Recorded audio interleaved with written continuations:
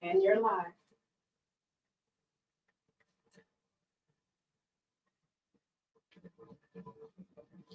Good evening, everyone, and welcome to the Don't Believe the Hype Show.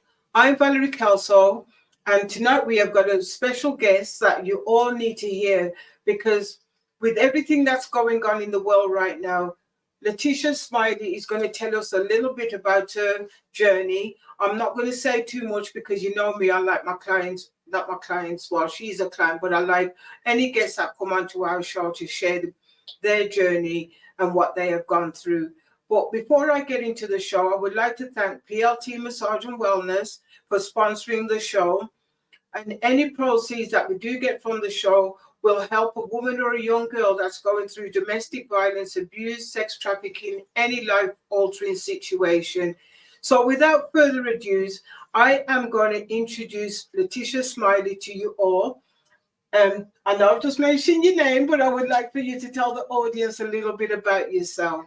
Well, my name is Letitia Smiley, and I am a Christian, and I ran into Miss Valerie here. I am a transplant from Louisiana here to Fort Worth, and I've been here about 15 years. And in doing that, I have done a lot in the community with volunteering and things of that nature, but the last 4 or 5 years have been a different type of thing that I've been doing. It's not been volunteering, but it's been a life journey that is going to allow me to tell and share about things that have transpired that may help other individuals. Okay, so how long have you been here in Texas? I've been in Texas since about 2010-ish. Okay. And I came from Jacksonville, Florida, by way of Louisiana. So, yes. So do you like this beautiful weather we're experiencing at this moment? At this moment, I mean, the weather is the weather. I do love the heat. I mean, I like being warm. I don't like the cold. So I'm waiting for the summer. I'm a Leo baby. So okay, yeah. I'm a Gemini. So maybe that's why I can't stand the cold. Why I've got this thick jacket on. So yeah. So Letitia, I wanted you to come on our show tonight to tell the audience a little bit about your journey that you've gone through over the last couple of years, not just with your journey and what is inspired has gone on in your life over the last. I just want them to share your journey. Okay, well, my journey today, we're talking about breast cancer and how it can affect you as an individual and a family. I say breast cancer, but then I say cancer in general as well. Cancer came about in my life because I had to be a caregiver for my mother some years back, about 3 to 4 years ago. She was diagnosed with breast cancer, and being a state away, I was in Texas and I was driving back and forth to Louisiana to take care of and help with the care process of my mother who had cancer, breast cancer. She had scleroderma, and my father, who was also there, who was actually clinically blind. So I had to help her get back and forth to doctor's appointments when I wasn't there. She had her brother there who was actually helping transport her to and from, but I was on the telephone calls all the time. I was looking at the reports. I was reading the reports. I was asking different friends about different things. I was researching because I wanted her to get the best possible care that she could get there in the state of Louisiana. Louisiana health system is a little bit different from Texas, and so you have to advocate for yourself a little bit more there. All right, because I thought your mom was here because there's an awesome lady that does advocacy for women, for anyone. You know what I mean? So she does a little bit of that as well, and she was on one of our previous shows. So I didn't realize your mom wasn't in Texas. I thought she was a whole nother state away. Okay. You see, for me, every state feels like it's Texas, but it isn't, you know what I'm saying? So I just wanted, I met Letitia last year. Yes, correct, last year. And how did we meet? Well, we met, I don't think anything is a coincidence. I was approached by someone who I worked with, and she had heard that I had a diagnosis of cancer, and she actually wrote a little message on a small sheet of paper, and she put Valerie's name on here, and she says Purple Touch Foundation. She says she folded it up and she gave it to me. She says, I want you to contact her.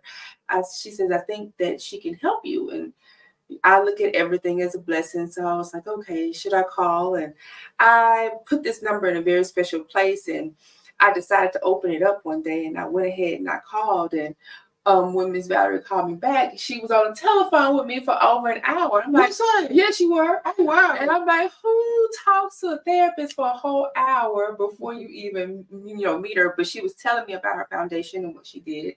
And I was letting her know that I was a newly diagnosed cancer patient, triple negative. I found out in November of 2022.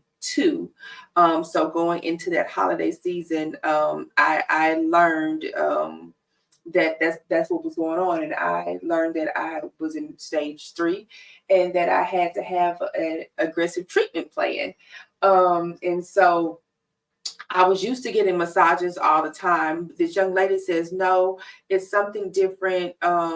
You just need to try her out. And I said, okay, I'll try her out. I don't have anything to lose right now. And so by the time I had saw Miss Valerie, I had already begun my chemotherapy treatment.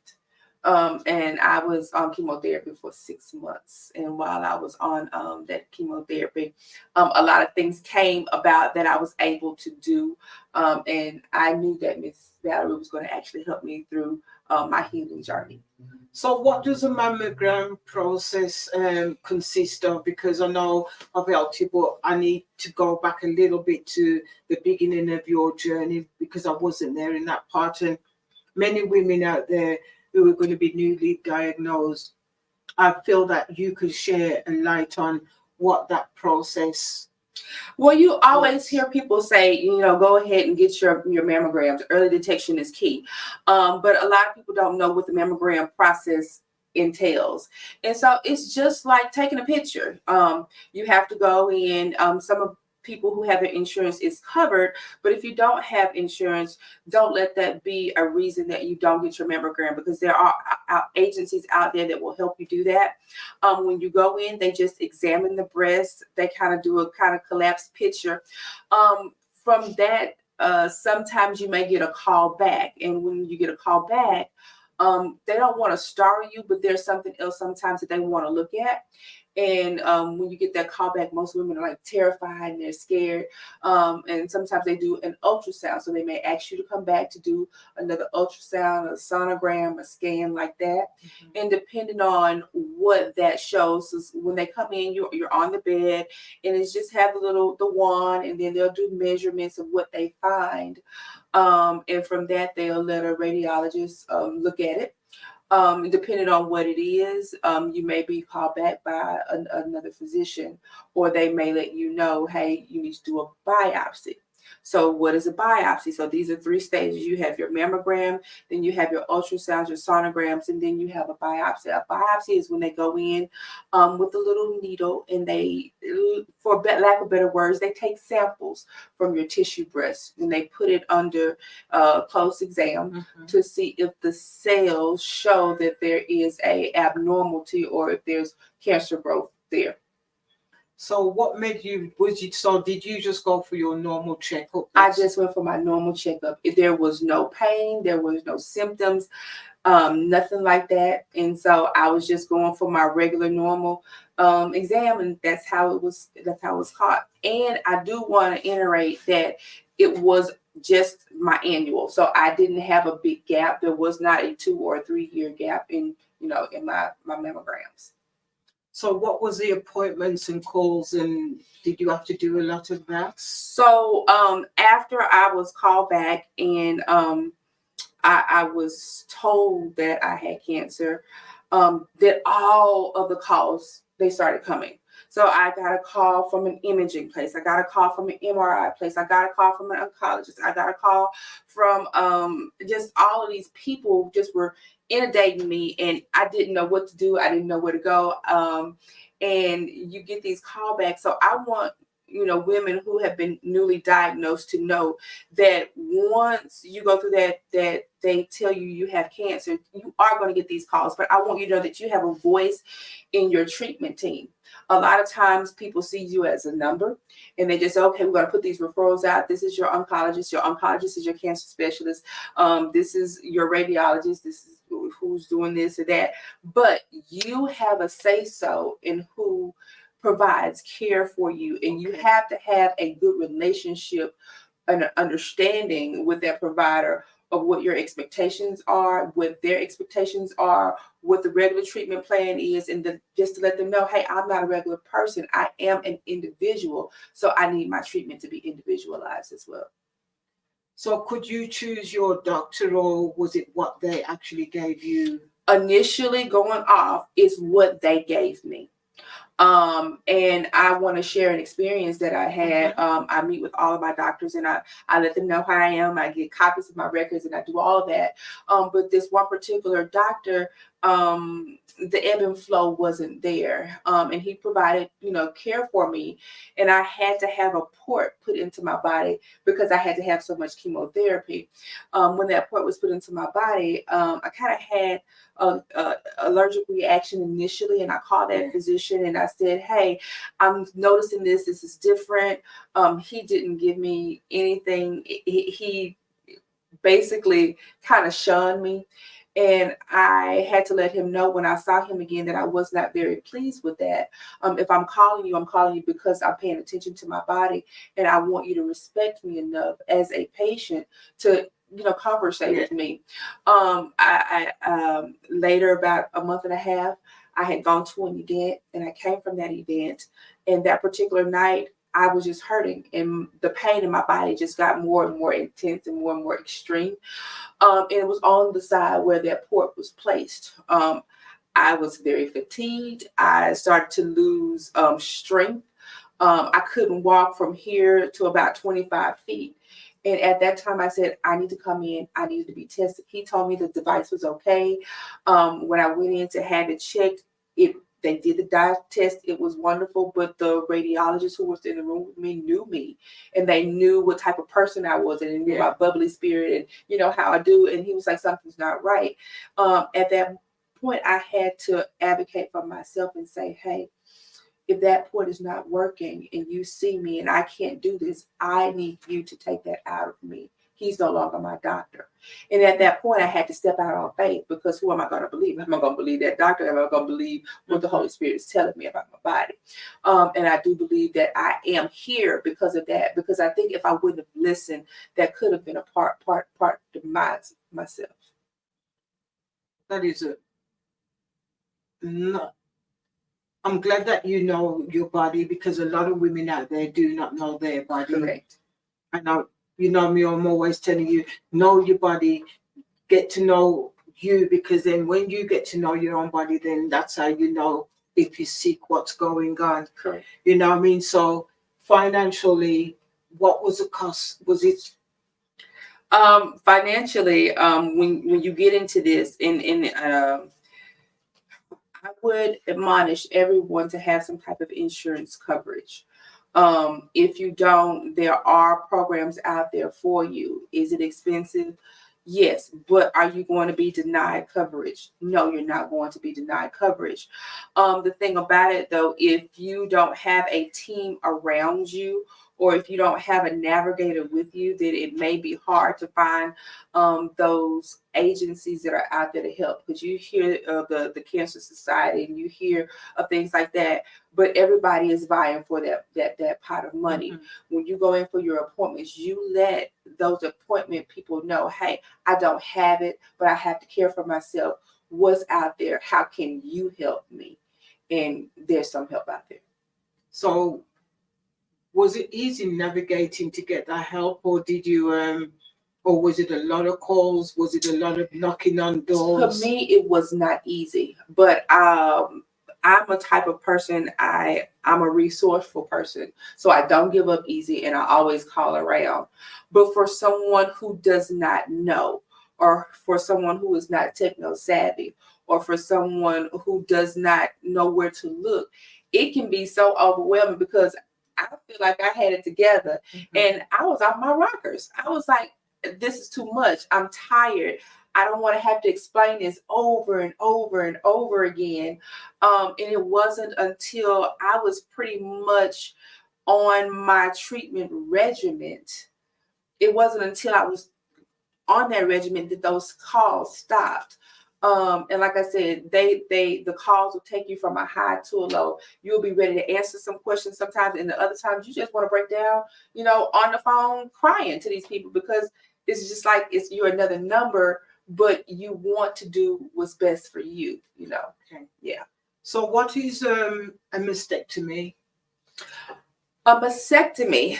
A mastectomy is a procedure that women with breast cancer, if they have to have that done, they remove the breast tissue. And this is to keep cancers from coming back in that particular part of the body. If it has been invasive, it has gone throughout. And if they want to prevent it as well, then you can do it. But when you talk about biopsies, the different treatment forms are, like we said, the chemotherapy, but then they have a lot of people say the mastectomy and they know about cutting the breast off, but most people don't know what a lumpectomy is. That's my next question. I'm going to ask you, what is The lumpectomy? Yes. The lumpectomy is just when they go in and they take a portion of that breast tissue out instead of all of the breast tissue. So I do want to say that it depends on the treatment, which way you're going to go. Some people have just a lumpectomy. Some people have a combination. Some people have to have all of it done. And it just depends on, how your body responds to treatment and what your genes kind of look like. So I've been working with you throughout the whole process and your journey, and I've seen you go through radiation and I've seen you go through chemo. What is the difference between the radiation and chemo? I'm glad that you asked me that because a lot of people just say chemo, chemo, chemo. They hear radiation, radiation, radiation. All of it is medicine and all of it is a treatment. To break down what chemotherapy is, it's a series of drugs that are given to you. I want you to think of it like it's an IV bag, where you get like fluids when you go to the hospital. They'll hook you up and they'll get the saline solution going, and then the medicine or the chemotherapy will then do a slow drip throughout the body, and that's called the infusion time. So the time that you are sitting in an infusion room, it's kind of like a waiting room. You have a nice, recliner chair. They give you a blanket, and then they hook you up, and either you can have it in your veins or you can have it in the port. Okay. And so that's what chemotherapy is.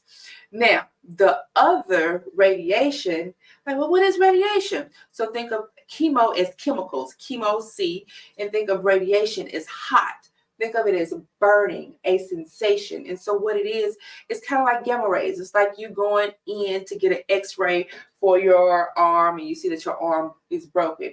Instead of just that one time of that x-ray, you will have wherever you're being treated, they'll have those rays go into the body. And when the rays go into the body, it's targeting and it is trying to kill and burn the remaining remnants of any cancer cells that may be in the body. So when we talk about side effects of radiation, radiation causes discoloration, it causes burning, it causes chafing, it causes tearing of skin, whereas the side effects to chemotherapy can be fatigue, it can be throwing up, it can be diarrhea, it can be loss of appetite and things of that nature. So I've seen you go through your journey, and I didn't know the full extent. I'm not going to say, yes, I already knew everything because I didn't. And I remember when you came in and the whole of your back was burnt. And looking at it now, it's a big difference. It's like night and day. you know, and earlier on you talked about um, your mom having breast cancer. Mm-hmm. Do you think that people should get genetic testing for breast cancer if you like one parent has already had it? Would you recommend a child to go and do genetic testing or not? Genetic testing, I do recommend that you do genetic testing. Just sharing a little bit of my story. I knew that my mom had breast cancer, but she didn't have the genetic testing. But I went ahead and I did it, and I'm glad that I did it because I saw that I had the marker for several types of cancer, which kind of determined kind of some of the treatment uh, plans that I did, and things that I'm going to have to do going forward in the future. I would also like to share that sometimes people don't know who their family is. You know, their family secrets, and you may be adopted, but you need to know. And I say that because even though you have the genetic testing, sometimes it comes back as yes, you have a gene. Sometimes it comes back as no. I want to share that my father as well, while I was going through radiation, was diagnosed with prostate cancer as well. And I had to go right over that whole spew again from mom to me, now my dad. But dad, you need to go ahead and get genetic testing. Well, why you need to get genetic testing? Because you already see you have, you have the gene. And I was sitting in a doctor's appointment literally less than a week ago, and this doctor was telling me, "Oh, we have the results for the genetic testing, and it says that your father doesn't carry the gene." I'm like, "Oh, really?" And he says, "Well, you don't have to tell your children, your grandchildren." I was like, "Oh, really?" And I was like, "Well, that's odd because offspring, and I know what I just went through." Yeah. So sometimes it may not be absolute. The doctor told you that your dad didn't have cancer, but yet your dad, he didn't have the gene. The gene, yes, but yet he's got cancer. But they said it was kind of like a sporadic kind of incident that it just so haphazardly just happened, and that could be the case for some people. But I know this just from my family that that's a little bit different because on my parental side, my grandfather had cancer, my grandmother had cancer, and I have 3 aunts that has breast cancer. So something's going on. But I do want to say, environmental things can affect cancer as well. Right. So you have to be careful what you're ingesting into your body.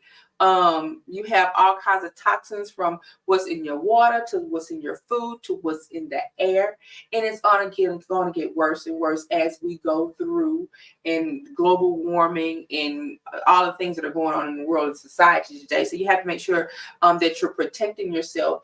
And I want to also say, not only getting those massages and getting the blood to flow through the body and through the tissues and things like that, it helped me, I think, to be able to fight this in a positive way. Go ahead. No, because considering you only just had it done recently, and I keep looking at you because it's like I've seen other women who have come in and they look drawn and tired and fatigued, but we started the process before you got to that stage to make sure your body was well oxygenated. People don't realize getting a massage is not a treat, it's a treatment. Correct. And the body has always got to be oxygenated, just like how you water your plants. It's the same way your body needs to be watered. And many times the body is so tight that we don't even know our body is tight until I get you on my table, and then you realize, oh my God, this woman's trying to kill me. And then when you get up and you feel the difference in your body and in the tissues and blood is flowing. And I keep telling my clients, if your body is blocked in one place, it's going to block it somewhere else. And that's what cuts the flow of the body. Even on your stomach, if you've had any form of surgery, you've already blocked part you've already blocked some of your body because now the body is no longer going how it's supposed to go. And looking at you, you look so amazing. Nobody would never have known that you have gone through what you've gone through over the last, not even, I don't even think it's 6 weeks. Oh, in about 7. It's right at 7. You know what I'm saying? And look at you. Right. Who would believe that this woman, you could tell them what you, if you want to share that, you know what I'm saying? So I did, I was finishing up what I consider one of the biggest parts of my journey. So I told you about all the treatment, but as preventative, because of gene testing and things like that, I did have to have a double mastectomy. So I've had a double mastectomy, and I'm up here and I'm moving around and I'm getting better. Do I feel it? Yes, but you have to keep moving, and day by day you're going to get stronger and stronger. But I do believe that all the things that we did beforehand ushered me into the place where I am today, and for that I'm thankful. And you touched on about diets. You've got to have a balanced diet. You know, you cannot be going to all these fast food places and thinking that that is whole food and that's going to heal your body. No, you've got to start eating your beans. You've got to start eating your dark green vegetables. You've got to make sure you wash it properly. And even if it says organic, even if I buy an apple today, I take the skin off it, because if you look at all that shine on the apple, it's got a lot of toxins on the skin of the apple. So we've got to be mindful about a lot of things that you're putting in your body, because what might look healthy to you, read the content. And if you read something and it's got words that you do not understand, leave it alone, because that means it's not meant to be in your body. Correct. I want to add to that. We say eat your fruits and your vegetables. I want to add, organic is better, but I want to put out there, think of everything that's in this world that's made for us to eat can be propagated again. And that means it has to have a seed. So you need to be eating your vegetables and your fruits that have seeds. That's right. If they don't have seeds, they have been organic, or they have been augmented, and they have been changed. So something is artificial about them. And so it's not good for the body. Also think about the meat. When you're looking at your meats, if you're seeing those white pulsy things in meat, and if you, that's disease, that those are chemicals that is going into your body, and it's really not good. With your water, 9.5, your alkaline is closest to your blood. I would say drink that a lot, and detoxify that body, and use your herbs and spices and things like that, natural. And that's how you are supposed to eat, because when you think about the lifespan of people nowadays, how we live into 80, 90, or 100, that's because most of our food is artificial, and it's not even real, and we don't even realize it. So I peel, like I was saying before, I peel my apples. I'm trying to cut down on my potatoes. And if you look at something, even when it says it's organic, you would be surprised at how much sugar they will put in. Sneakingly, they will put it in on the back end. So if you think you're only taking 4% of sugar, and then read the fine line, and it will tell you there's probably another 10 grams of sugar added somewhere. And people don't know all this. And if you're drinking all the diet cokes, everything that says diet, I'm going to tell you now, do not touch anything that says diet, because diet is not going to be good for you. It's better sometimes you eat the raw natural stuff rather than go through all this diet. Because to get a sugar-free product, I always tell my clients, how can you take sugar out of sugar? You cannot take sugar out of sugar. So therefore, whatever the substitute it for, it's got to be detrimental for our bodies. And that's why sometimes we wonder why we can't lose weight. You know what I'm saying? So my other thing is, you've gone through the radiation, you've gone through the chemo, you've had your last boxing glove, right? And I know you're happy about that. I am. Did you have a lot of family support in all what you've gone through? I did. I had a lot of family support. I had friends and family in the community that I did not know were just there looking for me all the time. I'm just so used to giving and giving and giving, and it was just hard for me to just sit still. But I saw those rewards coming back to me from friends, family, coworkers, and things like that. So you have to have a supportive, you have to have a supportive system, and do know that it's going to be difficult. You're going to have some people who are going to really help you. Then you're going to find out, well, who I thought was going to help me may not have helped me the way that I thought they should have. And you have different things like that. But I'll always reach out. There's support groups out there as well. There was one, Miss Leslie Williams, who came up to me, and she was talking to me about Survivors on Purpose is hers, and she was a triple negative survivor about 10 years ago. And she called me, and she just took the time. I have an aunt who just took the time to just speak to me. And so what I want to do, I want to be able to speak those things back into other people, however I might do it. I'm doing it on this platform. I've done it with something that you've done before, Miss Valerie. I did it a couple of nights ago, and it's always different forms that I do it. But I do it just to help, and so that's my purpose. So, going through what you went through, Mm-hmm. what kind of attitude do you have to have? Well, Because it's got to be hard, and there's going to be a woman out there right now who's probably just got diagnosed, and she's probably thinking, well, what am I to do now? You know what I mean? Is it like, because getting breast cancer to some people, it feels like a death sentence. um, when you asked me that, I'm just going to be transparent. Mm-hmm. Um, because I had to go through there with my mother. My mother was not healed on this side; she was healed on the other side. But when I got the call, I was upset. I was angry. I was pissed, and I can't say it no other way. I'm like, okay, God, I had to do this. Now you're gonna put me through this, like for real. And those were some words that I said to the Lord. And because I have a relationship, we can talk. And I was waiting to hear the answer. But I said to him, after I had gotten and gone through all that anger and the shock, I was like, okay, this is what it is, God. If we have to go through this, and I have to go through this, and this is my journey, and this is my cross that I have to bear, I want to be able to go through this looking like I have not been touched. I want your glory and your power and your light to be on me. I don't want to be so deathly ill that I cannot do for myself.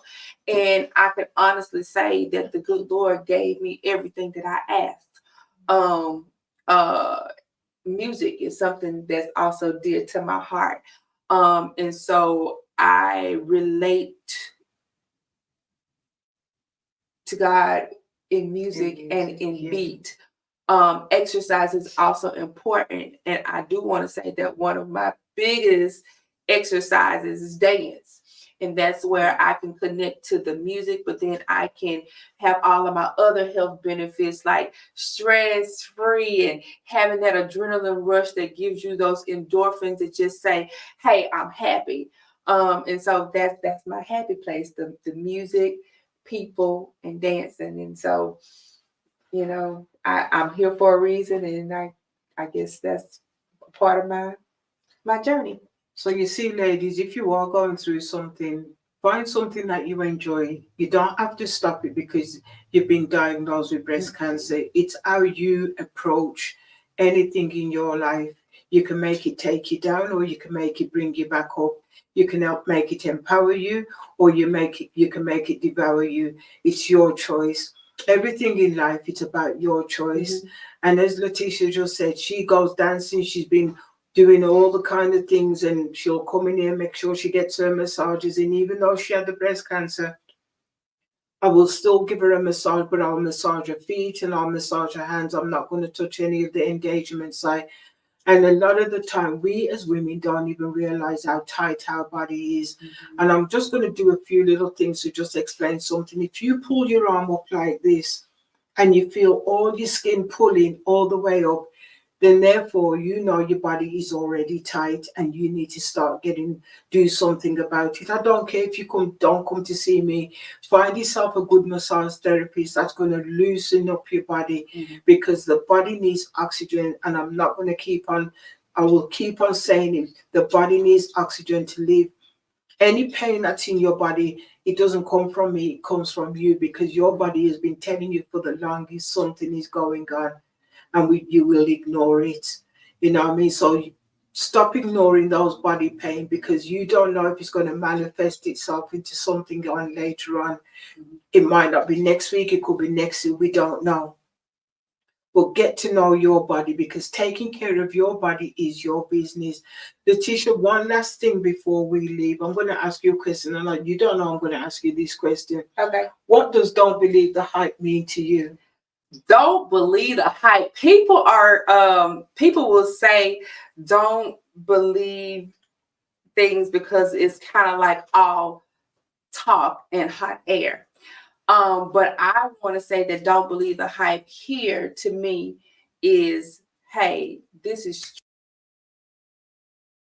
and if you believe and if you act on the things that have been taught to you or things that we've shared with you, that's called faith. And when you act out on faith, then you get truth. And so you have been some truth to me. So I appreciate that. Thank you very much. You're quite welcome. And thank you everyone once again for tuning in. This is our first show of the new year. A lot has already happened, and a lot more great things are getting ready to come out of Purple Light Touch Foundation and PLT and the Don't Believe the Hype show. So tune in, and thank you all once again for all your love and all your support, and everyone that's come through here and has seen what we actually do. You don't know how much I appreciate everything that you're doing. Letitia, I want to tell you thank you very much for coming on our show tonight. And I want to say this, a lot of people don't know, but there was a massage table that was donated here.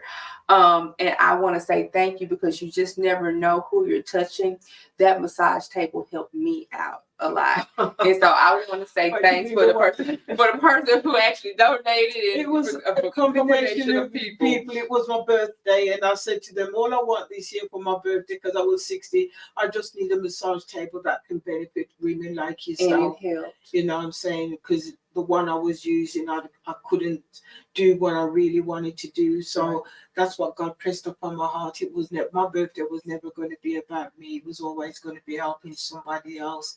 So all the ladies out there, it was a combination. People were just giving me money left, right, and center to ensure that we got that massage table. Because you never know who's gonna need it. Right. You know what I'm saying? So thank you all once again, and I will see you all again in about 2 weeks' time. God bless you all.